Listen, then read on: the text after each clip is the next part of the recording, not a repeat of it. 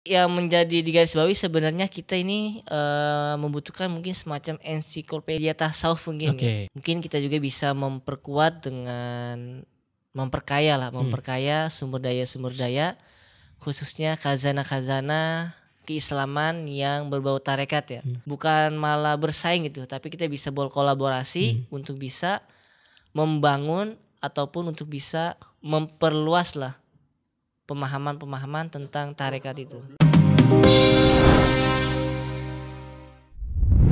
Assalamualaikum warahmatullahi wabarakatuh. Alhamdulillah wassalatu wassalamu ala Rasulillah wa ala alihi wa ashabihi wa mawalah amma ba'du. Sobat Genius, apa kabar? Mudah-mudahan dalam keadaan cager bager lahir batin. Hari ini podcast Tasawuf menghadirkan salah seorang redaktur dari media tarekat namanya Jatman Online. Ya betul. Jatman itu adalah Jam'iyah Ahli Thariqah Al-Mu'tabarah An-Nahdiyah. Beliau ini mantan ketua Matan. Iya. Matan itu mantan apa Matan? Matan. Mahasiswa Ahli Thariqah Al-Mu'tabarah An-Nahdiyah. Masya Allah. Lebih khususnya lagi di Universitas Negeri Jakarta ya. Wah, ketua Matan pertama. Ketua Matan pertama. Gimana ceritanya dulu, Bang Arif bisa jadi ketua Matan atau pembentukan Matan mahasiswa ahli thariqah? Berarti kan mahasiswa-mahasiswa ini menjadi pengawal tarekat. Iya betul. Gimana ceritanya dulu? Awalnya itu beberapa orang yang mungkin 2 orang kalau tidak salah ya, kita mengikuti kegiatan yang namanya suluk Matan. Pertama itu diadakan di Rabani yang mengadakan Matan DKI Jakarta. Bogor ya? Di Bogor. Akhirnya kami ikut. Terus awalnya nggak tahu ini acara apa gitu. Iya. Ini mau ngapain di sana gitu. Awalnya nggak tahu ya? Karena mungkin ada poster yang di situ ada Abah Lutfi. Oh, jadi ini belum ada yang bertarekat satupun? Belum. Oh, jadi murni mahasiswa biasa, maksudnya Mahasiswa biasa. mahasiswa UNJ, Iya. ya kan?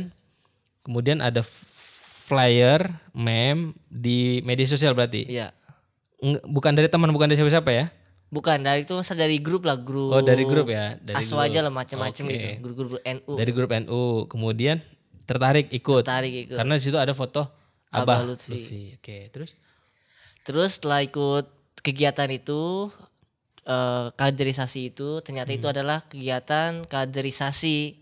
Baru tahu juga kegiatan kaderisasi yang mana ternyata di DKI itu belum ada sama sekali pembentukan Matan di kampus-kampus. Jadi baru ada di tingkat wilayah saja. Di Jakarta belum ada kampus yang bertarekat. Maksudnya yang Belum ada mahasiswa bertarekat belum ada waktu itu. Kalau mahasiswa bertarekat Nggak, mungkin maksudnya ada gitu. organisasinya. Cuman organisasinya yang belum UNJ ada. pertama. Waktu itu nggak hanya UNJ tapi beberapa kampus lah. Apa aja waktu itu UNJ? Ada UNJ, IPB, UIN, UIN Syarif. IPB bukan di Bogor. Iya, masih Tapi masuk juga ya? Masuk. Mungkin kita masuknya Jabodetabek lah. Ya berarti UNJ, UIN Ciputat kan? UIN Ciputat. Ciputat, Terus IPB. Unusia juga. Oke, wajar. Ya, Unusia. Harusnya dia duluan ya. Dulu juga kalau salah ada kampus Muhammadiyah juga. Muhammadiyah juga ada? Ada dulu. Oh, masih nggak sekarang? Aktif nggak? Sekarang ya mungkin kurang aktif lah, kurang terlihat lagi. Artinya kan anak-anak muda ini sebenarnya kalau kalau dikelola gitu di maintaining gitu ya, di manage gitu. Ini kan jadi energi yang luar biasa untuk pergerakan dakwah tarekat. Iya betul sekali.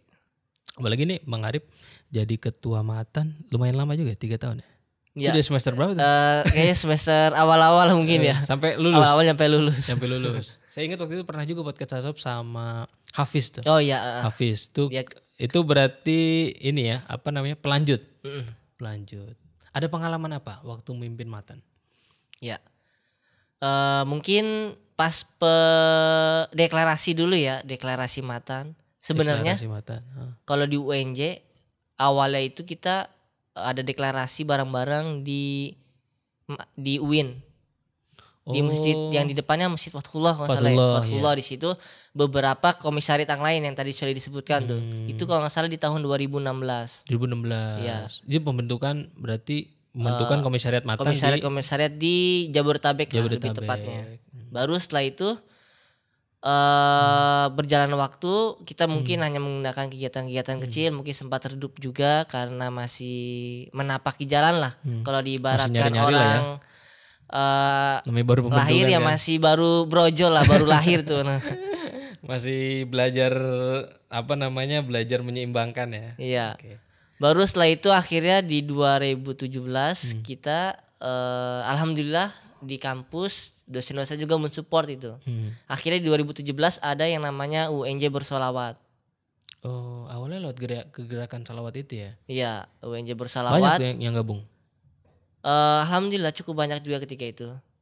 Di UNJ bersolawat itu alhamdulillah kita juga menghadirkan Abah Lutfi langsung di Hadir, event ya? tersebut, Beliau hadir. hadir dan mengisi tausiah. Dan di situ pun akhirnya kita membuat deklarasi resminya gitu di khusus UNJ. Jadi UNJ didirikannya pada ketika UNJ berselawat itu. Jadi bukan ketika 2017 ya. Iya. Jadi Dan kita waktu itu ente langsung ditunjuk apa? Yang penting Berlanjut yang penting lah. deklarasi dulu lah ya. Iya, deklarasi. Pemilihan belum ada berarti ya. sudah itu. Oh, Sudah kayak pelantikan lagi lah. Oh, langsung ada pengukuhan berarti. Iya, pengukuhan. Karena Anggotanya berapa dulu? ya sekitar ya 20-an lah, 20-an atau 30 sekitar segitulah. Terakhir sampai akhir akhir menjabat berapa tuh jumlah anggota Matan tuh? Ya mungkin kalau di total dari karena udah beberapa tahun juga, beberapa semester juga. Ya kalau setiap kali rekrutmen ada sekitar 20, dan kalau sudah 5 semester mungkin ya ada 100-an mungkin ya. Oh, berarti per program ya? Iya. Per program kaderisasi itu 20 Iya, 20 kurang lebih gitu ya. seperti itu. Nah, ini kan pendekatannya berarti pendekatan program. Mulai program kaderisasi. Jadi mahasiswa-mahasiswa ini diajak untuk bertarekat melalui program kaderisasi yang apa tadi namanya? Suluk Betul. Suluk Matan. Nah, ada nggak pendekatan lain tuh untuk mengajak anak-anak muda ya, terutama di kampus supaya mau bertarekat tuh? Biasanya sih kita mengadakan kegiatan rutin ya. Biasanya rutinan kegiatan Rutinan. Kayak misalnya yasinan bareng, salawatan bareng di kampus gitu. Itu hal-hal yang terkait keagamaan itu. Itu Ataupun umum berarti. Itu kan umum ziarah kan? bareng, iya betul umum. Itu umum kan? Siapapun boleh ikut itu. Ataupun juga dengan kegiatan-kegiatan misalnya mengadakan pelatihan-pelatihan itu. Misalnya kayak pelatihan jurnalistik kita juga pernah dulu mengadakan. Oke. Ataupun pelatihan seperti mengelola masjid kita juga pernah mengadakan, mengelola DKM lah. Manajemen masjid seperti itu pernah juga. Ataupun mengadakan pelatihan-pelatihan penulisan. Untuk apa?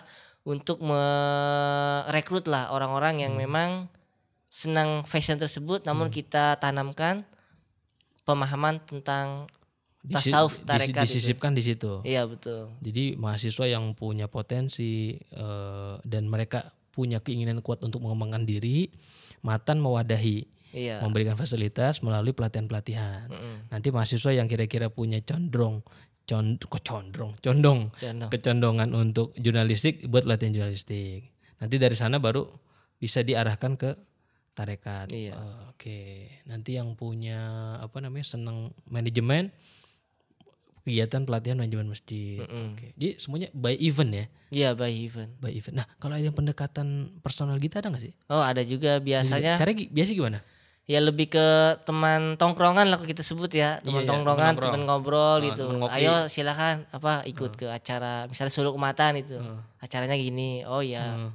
Ada juga yang dari situ. Ataupun juga ada yang memang dari awalnya orang yang mencari tertarik gitu. Tertarik emang dulunya di pesantren sudah paham apa itu tasawuf gitu. Mungkin di sini tinggal meneruskan saja. Ada juga yang seperti itu. Jadi sebenarnya bermacam-macam lah. Itu kan ujung-ujungnya sebenarnya ikut event kan. Tapi yang pendekatan personal gitu. Misalnya gini. Ini saya ada problem nih gini. Udah bertarekat aja. Ada gak kayak gitu tuh? Oh ada juga. Ada juga kayak gitu ya? Iya ada. Ya kan mahasiswa biasanya ada aja tuh problem-problem anak-anak muda kan gitu. Ada gak yang jalan keluarnya lewat metode tasawuf tuh? Iya ada juga. Ya ada beberapa temen lah. Mungkin ini segelintiran lah. Ada yang merasa resah gitu. Dalam kehidupan apalagi dalam hal beragama gitu. Bingung dia mana yang ngeklop di hatinya gitu. Oke. Akhirnya Karena kan sempat usia terjun. gitu kan masih dalam pencarian dong. Iya betul. Gitu. Jadi kan dengan adanya organisasi Matan ini, anak-anak muda ini bisa bisa diajak lah untuk kembali kepada Allah gitu. Tapi dengan dengan pendekatan yang anak-anak muda gitu. Ya, pendekatan ke anak-anak muda ini pernah ada risetnya nggak sih? Anak-anak Matan pernah nggak sih buat riset gitu? Gimana sih cara mendekati anak muda? Oke lah, kalau tadi kan ada mahasiswa yang memang punya background latar belakang pesantren, gitu kan. Yang sudah tahu lah, pernah belajar kitab tasawuf, pernah dengar dari gurunya apa itu suluk, dan ketika masuk ke Matan ya biasa dong gitu. Tapi kan namanya di kampus kan kita juga nggak bisa dong menafikan banyak juga mahasiswa yang justru mereka bukan jebolan pesantren, yang bahkan dengar kata tasawuf gitu, jangankan belum dengar, ini malah antipati. Nah, ini gimana nih? Ya kalau dari kita sih yang penting niatnya itu yang menyebarluaskan lah, niatnya mengkampanyekan lah. Kita juga pernah rutin ya ketika sebelum pandemi, biasanya kalau di hari santri kita mengadakan kirab gitu. Ya setidaknya kita mengenalkan dulu ke masyarakat luas nih. Kalau di kampus ini ada loh gerakan tarekat lah, gerakan tasawuf yang mana itu bisa memberikan salah satu opsi lah ketika mahasiswa ini lagi ada problem. Dan akhirnya dari situ ya beberapa ada yang tertarik, ada beberapa juga yang minat untuk mengikutinya, dan ada juga yang acuh tak acuh lah, namanya ribuan mahasiswa kan kalau di kampus itu. Ya kan kalau dilihat dari segi jumlah mahasiswa NJ berapa, jumlah yang gabung berapa, itu kan sekian persen. Iya betul. Ya. Dan itu sebenarnya di dalam dunia tarekat biasa, karena memang yang ikut tarekat minoritas lah bisa dibilang kayak gitu. Tapi yang menjadi perhatian adalah bagaimana berdakwah di tengah kalangan anak muda. Pasti kan bahasa orang tua berbeda dengan bahasa anak muda. Gitu. Bahasa orang tua ketika berbicara dengan anak muda itu kadang belum begitu mampu dipahami, ada gap kan. Tapi ketika anak muda ketemu anak muda, ini kan pasti ada bahasa-bahasa yang saling saling mengenal gitu, satu frekuensi lah gitu. Nah, ada nggak treatment yang mungkin pengalaman Bang Arif nih di Matan supaya anak muda nih bisa tertarik juga gitu? Karena kan di Matan ini sebetulnya bukan hanya mengatasi problem kejiwaan atau memberikan pembekalan untuk meningkatkan potensi diri, tapi kan juga ada Matan ini punya tujuan lain, salah satunya adalah menguatkan daya intelektualitas, nasionalisme. Ya kan, dan spiritualisme. Nah, gimana tuh? Ya, kalau dari kami sih biasanya yang penting itu mengadakan kegiatan secara istiqomah. Oke. Setelah istiqomah, ya meskipun yang datang masih sedikit, bisa dihitung jari lah sedikit, tapi dengan istiqomah kan setidaknya orang-orang bisa mengetahuinya gitu. Ataupun namanya masih baru kan ya. Atau misalnya nyoba-nyoba akhirnya nyaman, bisa juga kan. Jadi dengan cara istiqomah, dan juga kita biasanya ya sering juga menggunakan media sosial ya. Apalagi kan saat ini kan udah era-era digital gitu. Apalagi kemarin sempat pandemi, otomatis kan semua kegiatan kita pun dirancang secara online gitu. Karena kampus pun tutup ya selama itu. Dan selain secara digital, ya kita pun juga bisa menyentuh mereka itu ya dengan cara ngobrol tongkrongan gitu, sharing gitu. Ya dari situ kalau memang ada celah untuk kita masuki tentang tasawuf, tentang tarekat, ya kita sisipkan lah. Ya misalnya contohnya seperti ini nih. Misalnya ya teman merasa aduh kuliah susah banget nih, atau kuliah rasanya tugas mulu gitu. Dikasih dosen tugas terus itu. Ngeluh ya. Ngeluh lah bahasanya ataupun galau lah. Iya. Iyalah, ya kita sodorkan lah. Ya mungkin dengan memperbanyak ataupun mengingat lah. Kan kita hidup di dunia ini sebentar nih. Iya. Nggak selama-lamanya nih. Iya. Ya coba lebih ingat-ingat kepada Allah, sering berzikir kepada Allah.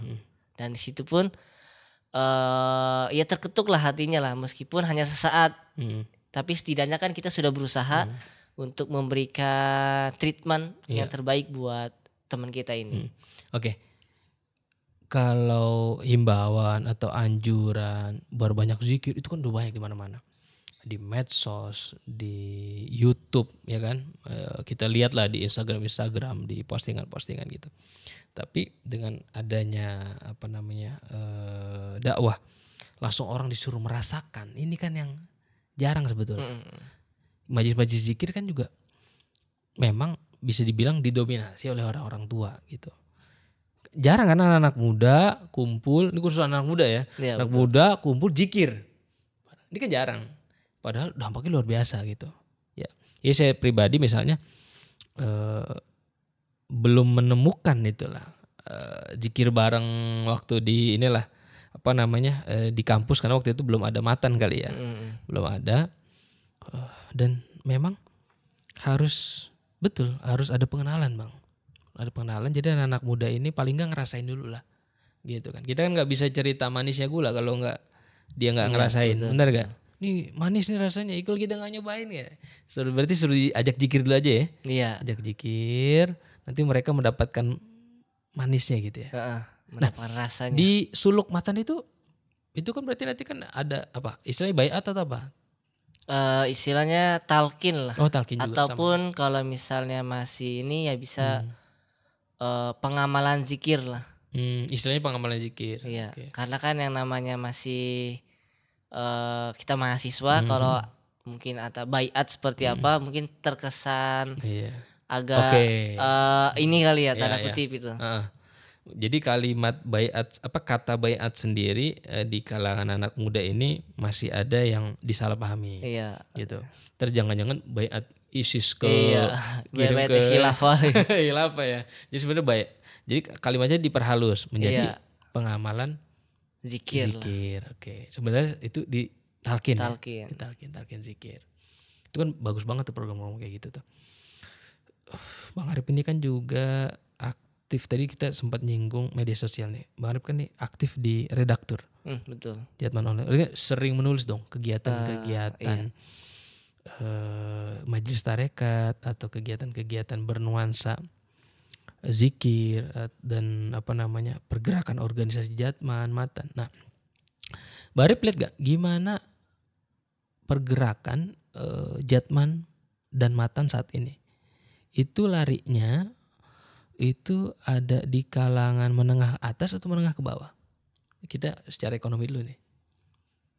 Ya kalau secara keseluruhan ya, secara global mungkin bisa dikatakan kebanyakan ya menengah ke bawah gitu. Menengah ke bawah, okay. Tapi tidak dipungkiri juga memang ada juga pengamal-pengamal tarekat yang menengah ke atas juga. Itu juga ada. Jadi sebenarnya itu tugas kita nih. Makanya seperti himbauan Abah Lutfi pun untuk memperkuat perekonomian agar agar kita berdaya lah. Berdaya diri, berdaya pangan, berdaya semuanya lah. Jadi tidak mengandalkan orang lain. Maka dari hal itu pentingnya juga tarekat itu nggak hanya sebatas zikir semata gitu. Tidak hanya sebatas ngumpul-ngumpul doang gitu. Ngumpul zikiran doang. Zikiran, sholawatan. Iya, sholawatan. Gitu. Tapi perlu juga yang meningkatkan perekonomian, meningkatkan intelektualitas ya. Sama halnya seperti semboyan yang ada di Matan tuh, yang tadi di awal sudah disinggung. Apa tuh? Spiritualitas, nasionalitas, dan intelektualitas. Jadi kalau dilihat dengan kacamata besarnya gitu, sebenarnya tarekat ataupun tasawuf itu tidak hanya berurusan dengan zikir saja. Benar, zikir itu yang utama ya, karena kan itu udah hal yang wajib lah. Iya. Apalagi kita mengingat Sang Kuasa, mengingat Allah Subhanahu wa taala gitu. Tapi di lain itu kita sekarang hidup di mana? Hidup di dunia. Maka pun kita tidak terlepas dengan yang ada di dunia ini. Kalau umat Islam mau maju, tarekat mau maju, maka kita harus berdaya full gitu. Salah satunya dengan apa itu? Dengan meningkatkan perekonomian dan juga intelektualitas anak bangsa. Jadi tarekat itu jangan dijadikan alasan menghambat produktivitas. Iya, betul sekali. Zikir jangan dijadikan tameng ya. Bahwasanya orang zikiran itu jadi malas kerja, enggak. Tapi justru orang ketika memperbanyak zikir, etos kerja meningkat, produktivitas juga semakin bertambah, dan tadi memberikan kontribusi kepada masyarakat. Karena khairun nas anfa'um linnas gitu ya kira-kira. Semakin kita bermanfaat untuk orang lain, maka disitulah sebetulnya buah zikir ya. Buah zikir. Zikirnya berbuah. Jadi kalau ada orang zikir tapi malas, ini mungkin zikirnya belum matang, belum berbuah deh. Nah, masih di pohon kayaknya. Pohonnya masih belum panen, belum bisa dipanen gitu. Bang Arif kan nih redaktur Jatman Online. Artinya sebuah media asosiasi pengamal tarekat Mutabaro. Nah, gimana seorang redaktur melihat pergerakan dakwah tarekat di media? Ya. Masif nggak sih sekarang? Dibilang masif ya iya, dibilang enggak juga kadang iya juga ya. Masif, kenapa dibilang masif? Karena tasawuf ini memiliki angle khusus ya. Angle khusus. Angle khusus lah. Nggak semua orang menyukainya gitu, atau nggak semua orang tertarik gitu. Iya, segmennya nggak banyak. Iya. Oke. Tapi ketika kita terus istiqomah, terus membuat artikel, membuat berita tentang tarekatan, ketasawufan, sedikit demi sedikit orang-orang mulai tertarik lah. Ya meskipun kurang signifikan ataupun signifikan ketika ke segmen-segmen tertentu gitu.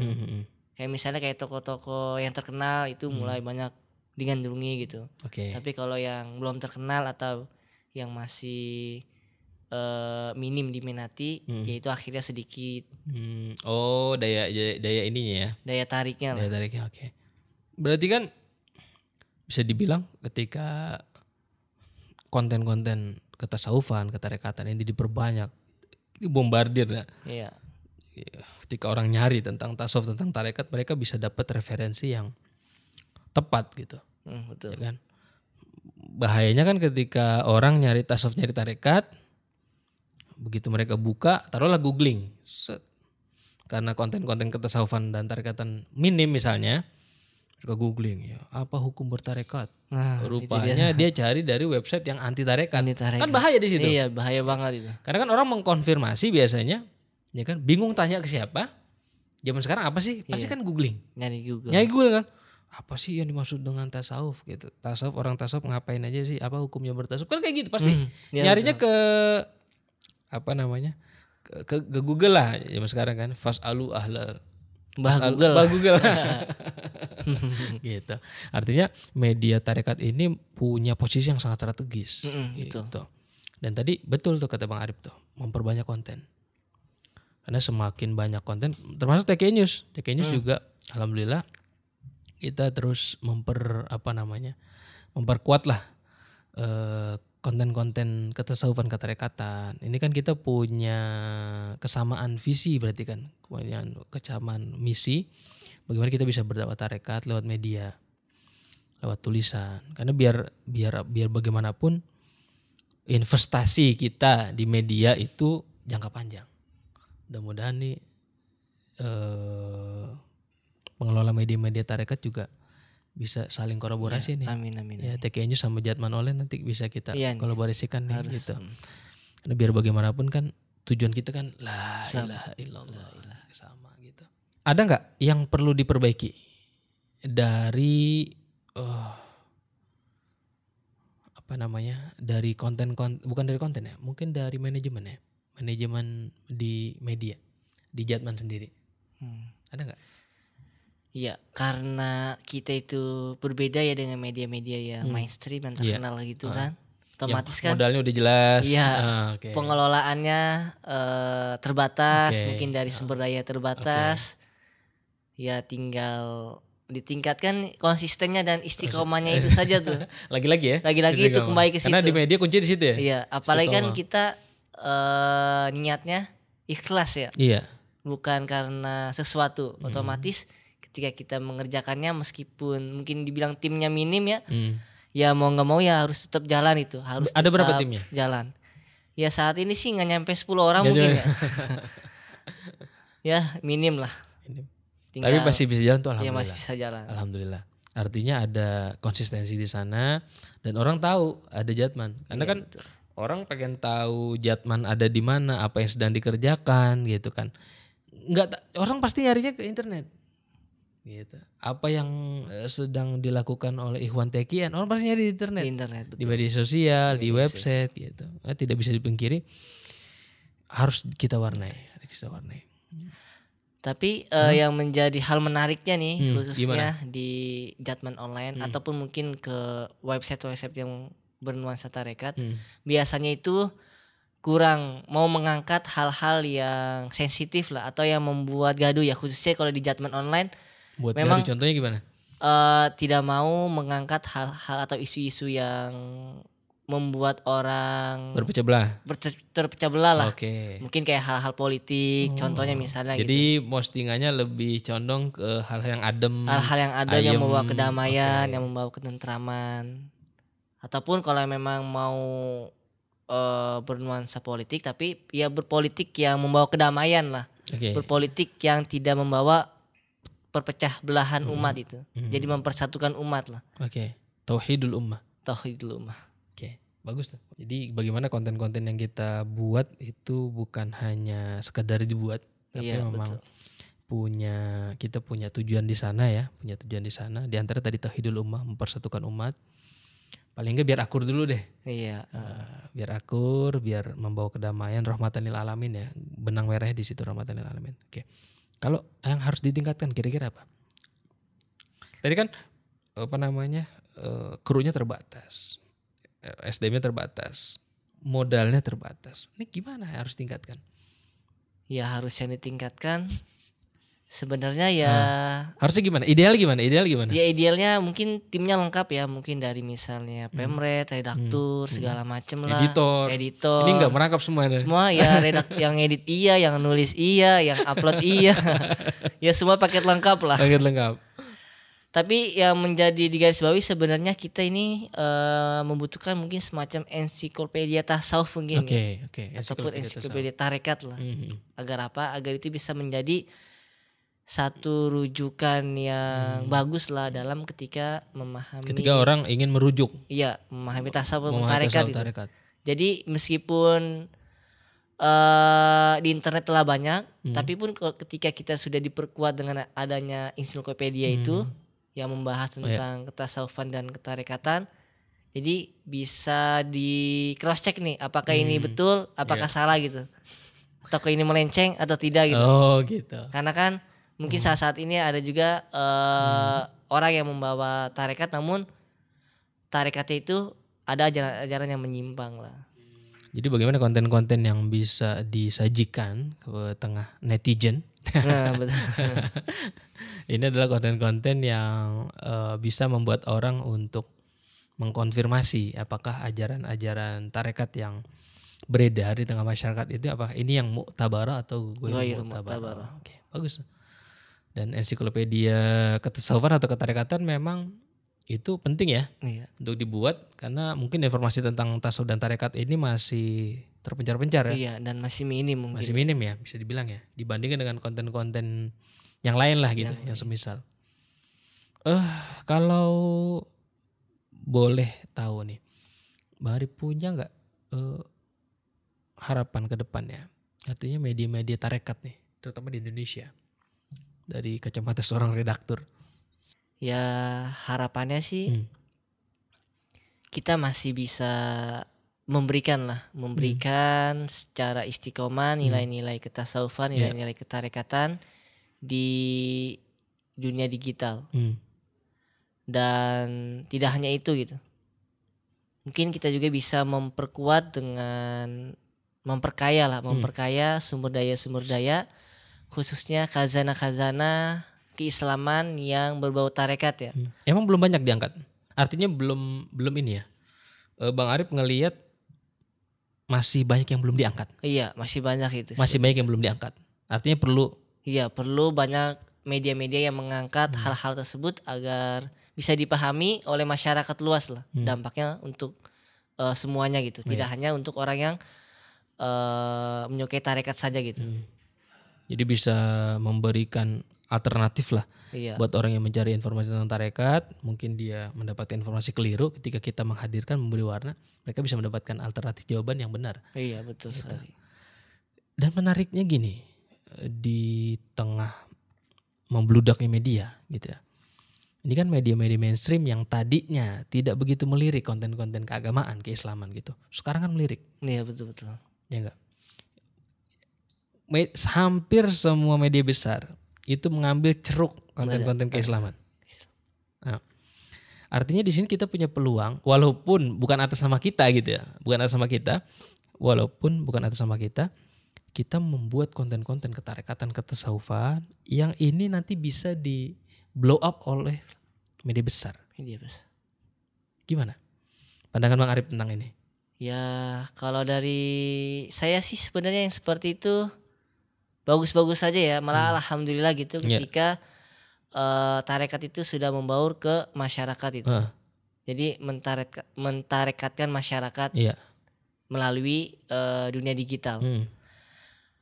Ya meskipun mungkin kalau dari segi media ya kita segmen kita diambil nih kalau dari segi media. Iya, segmennya kan diambil. Segmen kita diambil mungkin agak sedikit gimana gitu ya. Tapi kan kalau secara kemauan, secara keinginan sebenarnya itu kan hal yang bagus gitu. Kita kan membuat media ini kan untuk apa? Untuk memperkenalkan tarekat ke dunia luar gitu. Ke dunia yang sangat luas gitu. Mungkin kalau ceramah-ceramah kan hanya sebatas yang hadir saja gitu. Tapi kan kalau di dunia digital apalagi diangkat oleh media-media yang memang udah besar gitu. Itu jangkauannya lebih banyak lagi gitu.